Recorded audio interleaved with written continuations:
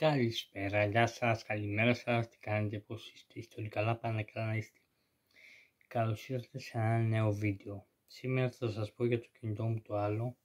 Έχει χαλάσει και το βλέπετε πως είναι.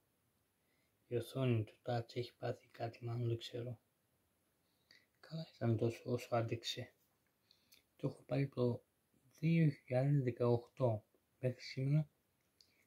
18, 19, 20, 21, 22, 23, 24, 25, 26, 9 χρόνια, 8 με 9 χρόνια άντεξε. Καλά πήγε, αλλά τελευταία μου το χάλασε. Φαίνεται, δείτε πως είναι. Το φως κρύβει το δείτε πως είναι. Τι κάνει. Τρεμοπαίζει. Και τώρα δεν θα το φτιάξω, θα το κρατήσω όσο πάει, όσο κρατήσει. Μετά θα πάρω καινούριο. Θα δούμε τώρα. Τι κινητό θα πάρουμε, δεν ξέρουμε. Θα δούμε.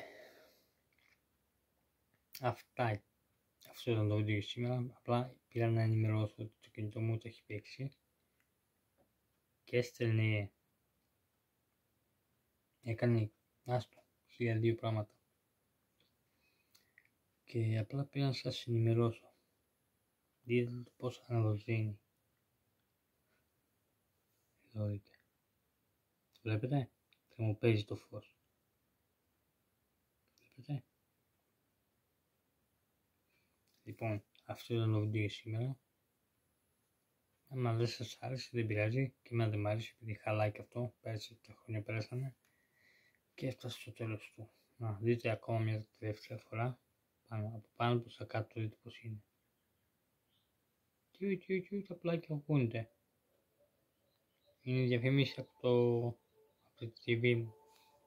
Να βλέπετε και το τοπίο εδώ πέρα.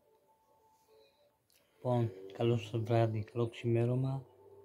Να προσεχείτε όπου και να είστε, όπου και να πάτε, να είστε πάντα καλά, πάντα γεροί, δυνατοί. Με υγεία και χαμόγελα πάντα που όλα. Και τα λέμε σε ένα επόμενο βίντεο. Μέχρι το επόμενο βίντεο να είστε καλά. Αλλά πριν από αυτό κάντε μια γραφούλα.